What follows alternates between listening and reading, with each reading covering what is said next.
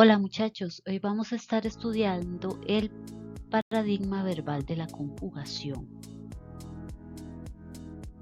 En primera instancia sabemos que un verbo es una palabra que expresa acción, proceso o estado y que en la mayoría de los casos cuando quitamos una palabra como esta de una oración, esta queda prácticamente sin sentido.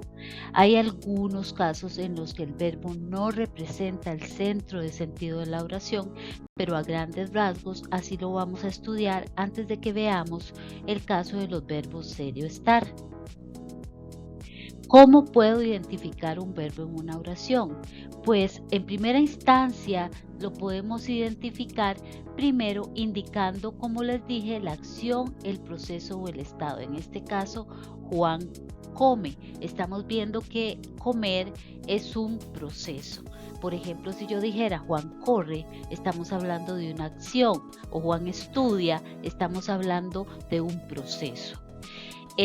También esta palabra podemos transformarla en un infinitivo. Sabemos que el infinitivo son aquellas palabras terminadas en ar, er, ir. Podemos transformar el verbo come en comer. También es importante saber que posee una persona y número. Esto significa que si vos podés identificar el verbo comer y le preguntas ¿quién come?, te va a contestar Juan. Si no existiera la palabra Juan y solo el verbo come, yo diría ¿quién come? Yo como, tú comes, él come, tercera persona del singular.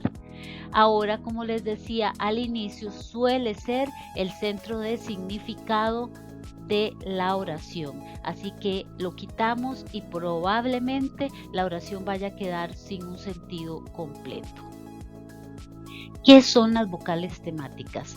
Ya vimos antes que cuando vamos a transformar el verbo en forma infinitiva, que es una de las formas no personales del verbo, lo vamos a hacer en español terminando ya sea en A, R, con la R al final, vamos a llamarla de primera conjugación en A.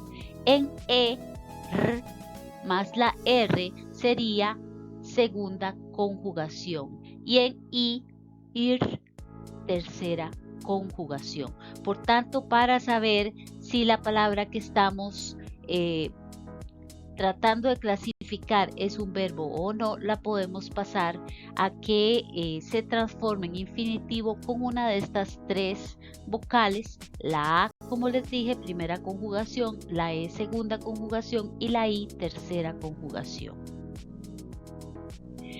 Hay verbos simples y verbos compuestos. Los verbos simples son los que tienen una sola palabra que los representa y los compuestos van a tener dos. Si yo digo acá, yo amé, aquí estamos hablando en un tipo de pasado que se llama pretérito perfecto, vamos a tener que el verbo es una sola palabra.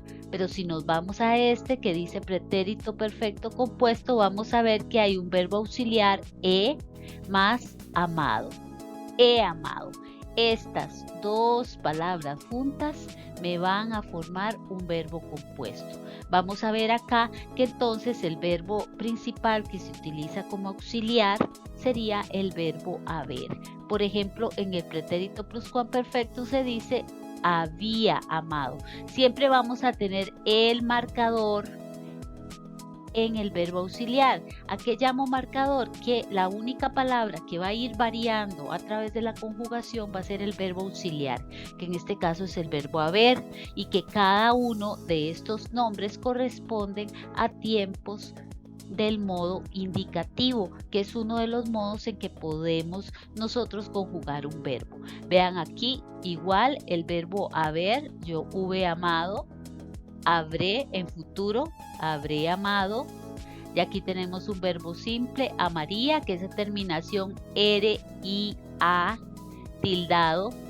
Me va a marcar lo que es el condicional o habría amado. Vemos cómo se marca el condicional en el auxiliar, no en el siguiente verbo, que en este caso se llama participio. Los tiempos anteriores representan al modo indicativo.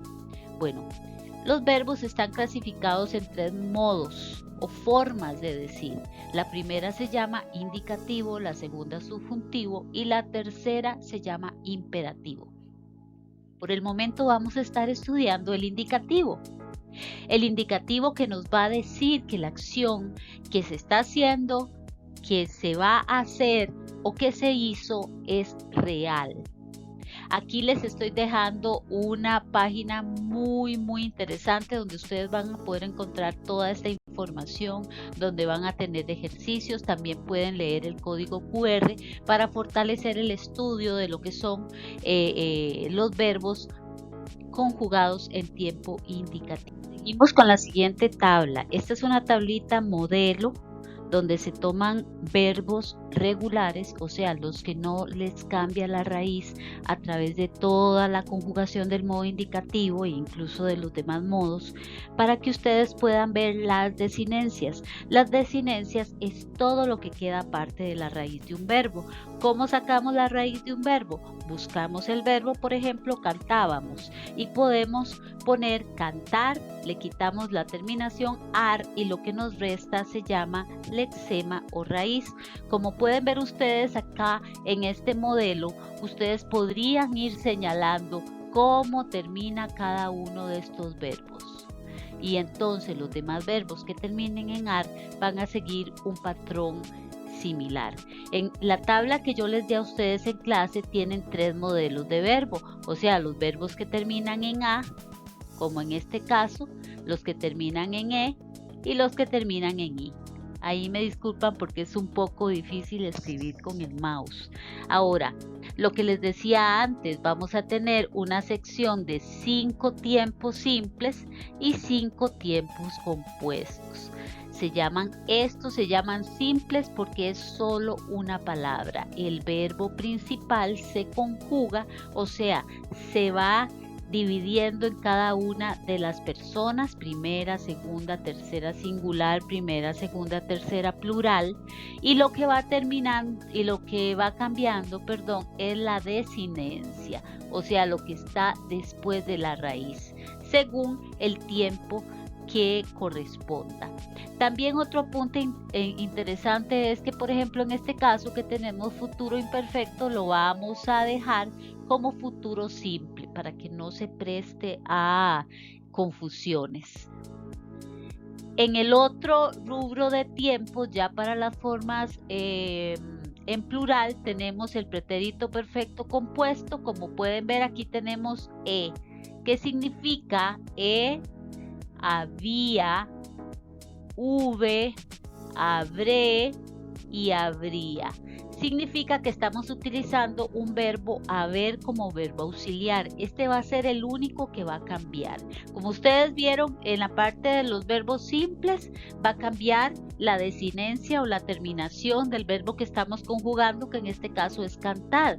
En el caso de los verbos compuestos, la desinencia o terminación que cambia es la del verbo que está como auxiliar. En el caso de cantar, se va a quedar con la terminación ado, que es la terminación de la forma no personal llamada participio, igualita tanto en singular como en plural, y las que van a ir cambiando son precisamente las desinencias o terminaciones del verbo auxiliar. Existen verbos irregulares en español. Esto significa que cuando usted llega y toma el verbo, lo termina en ar, ir, la raíz, que es lo que queda aparte de cuando le quitamos esa particulita al final o marcador de infinitivo, como se llama de manera técnica, esa raíz va a ir variando. Va a variar en algunas de las personas en las que las conjugamos. Por tanto, se llaman así, verbos irregulares. ¿Cuándo se considera un verbo como irregular? Lo que les dije, un verbo es irregular porque al conjugarse en algunas de sus tiempos y modos, este sufre modificación en su raíz. Por ejemplo, el verbo caber. El mismo, al ser conjugado en el presente del modo subjuntivo, su raíz ca queda alterada, ya que se conjuga como quepa. Vean que aquí hay diferentes tipos de irregularidades. En este caso, el verbo cambia completamente.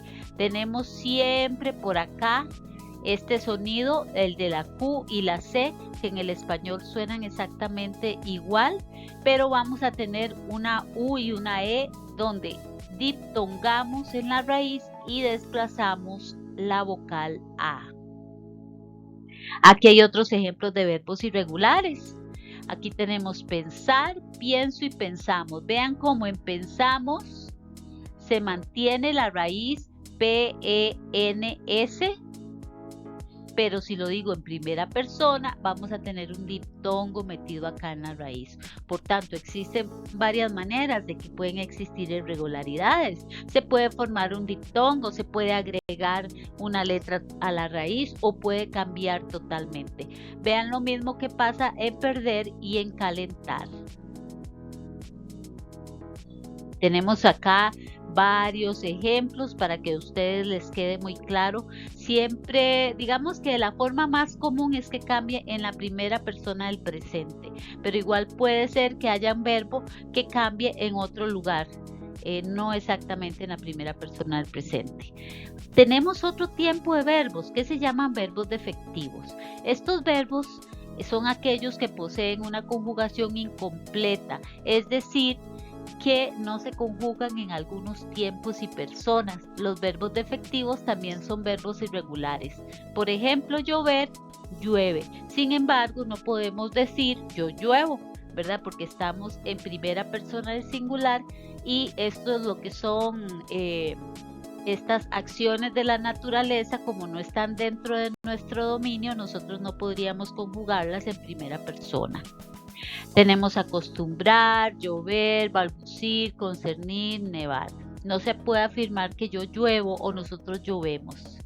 Era lo que les decía en la diapositiva. Aquí les dejo, chicos, una lista de verbos defectivos para que puedan identificarlos. Espero que esto les ayude para reforzar lo que hemos estudiado en casa, para repasar y para cuando hagamos la prueba ustedes puedan tenerlo bastante claro. No se les olvide escribir todo aquello lo que tengan dudas para poder evacuar dichas dudas en clase. Que tengan un lindo día. Adiós.